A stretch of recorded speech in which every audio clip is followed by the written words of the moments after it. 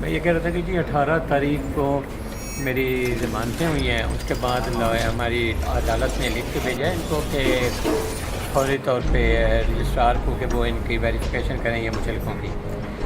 18 مارچ سے ڈیلی میرا آدمی جاتا ہے، سب رجسٹرار نے اس دن ان کو مارک کر دیا۔ اے سی صاحب پہلے دوسرے تھے، وہ چکر دیتے رہے، جو پیسے ویسے مانگتے رہے لوگ ان کے نیچے وہ دیتے رہے۔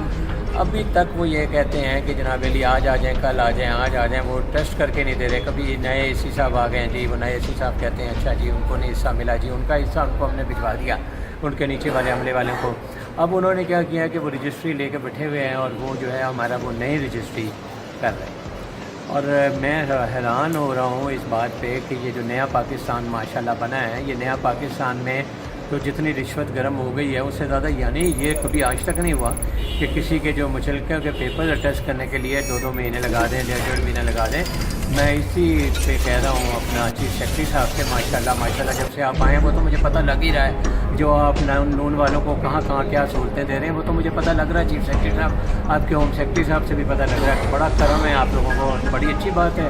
آپ اگر ان لوگوں کے ساتھ تھے، نون والوں کے ساتھ تھے تو ان کی ہیلپ کریں۔ لیکن میں ضرور پیپل پارٹی کا، لیکن مجھے امید تھی کہ نون والے ایسے نہیں کریں گے۔ اور یہ کیا ہو رہا ہے، ذرا چیف سیکرٹری صاحب خدا کا خدا خوف کریں، یہ آپ کا ملک بھی ہے، اللہ تعالیٰ نے آپ کو چیف سیکرٹری بنایا ہے۔ اس چیف سیکرٹری ہوتے ہوئے یہ اے سی وغیرہ اس طرح کی حرکتیں کریں، اور اس حکومت نے آپ کو چیف سیکرٹری لگایا، ان کا تھوڑا خیال کر لیں۔